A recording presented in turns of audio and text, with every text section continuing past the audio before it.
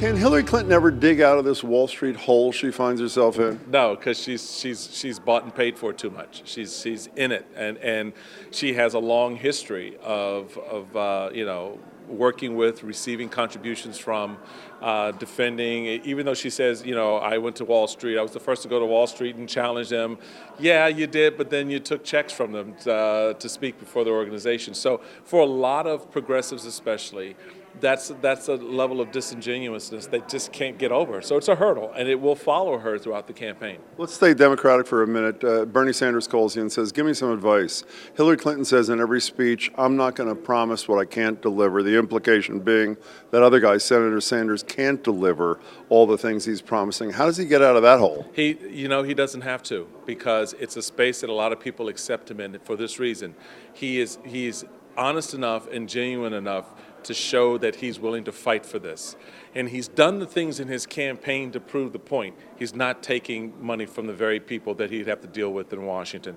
He's not laying out an agenda that is not unfamiliar to people. He has been in the trenches making the argument for universal health care, for a certain level of environmental policy, a certain type of environmental policy. So he has been in that space in a very authentic way for a very, very long time. So when he says now as a presidential candidate, I'm in a better position to make these things happen, and yes, I've been in the Senate, I've been in the Congress, I know how this operation works, I have the relationships that Barack Obama didn't have to make these things work.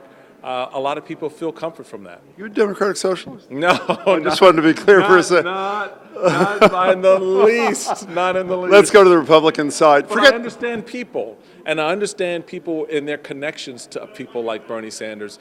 And this is the difference between him and Hillary, and why he's able to connect and she isn't. Okay, let's talk about your connection to people and understanding people. Okay. I don't want to talk about Trump. I want to talk about the 38 to 39% of people who at least say now in national polls that they're going to vote for this guy. What does that say about the state of America and about the American people? It says, I think for me, a number of things. One, they're tired of the same old, same old.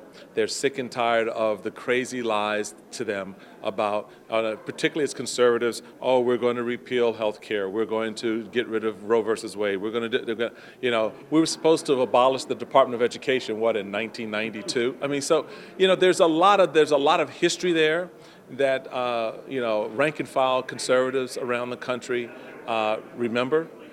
And along comes a guy like Trump who says, you know what, I'm not even going to make those kinds of promises to you, because I'm just not. I'm just going to tell you this is what I'm going to fight for. And there's an interesting connection, very much like with Bernie Sanders, where they get an authentic feeling from them. And the establishment types who've been making these promises for generations, they have no place to go. Does he go home if he loses his second in a row? No, he doesn't. And I don't see him losing. Let's talk Marco Rubio for a second. A lot of Republicans I've talked to this weekend says the dream guy. Mitt Romney lost 71 and 29 amongst Hispanics, Latinos. He's young. He'd be standing next to somebody who's 69 or 74.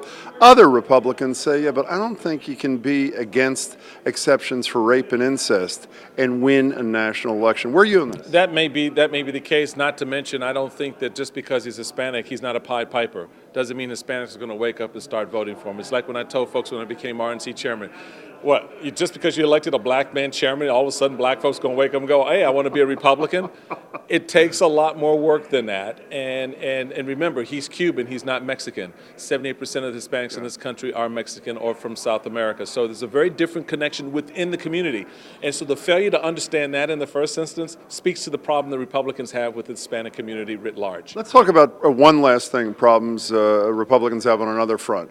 If Ben Carson weren't home doing his laundry, if he weren't doing his laundry, we'd look at the stage of the Republican debate. There'd be 3 people of color out of 8, and a party that theoretically doesn't appeal to people of color. You look out in the audience, my guess is there may be more people of color on the stage than there are in the audience.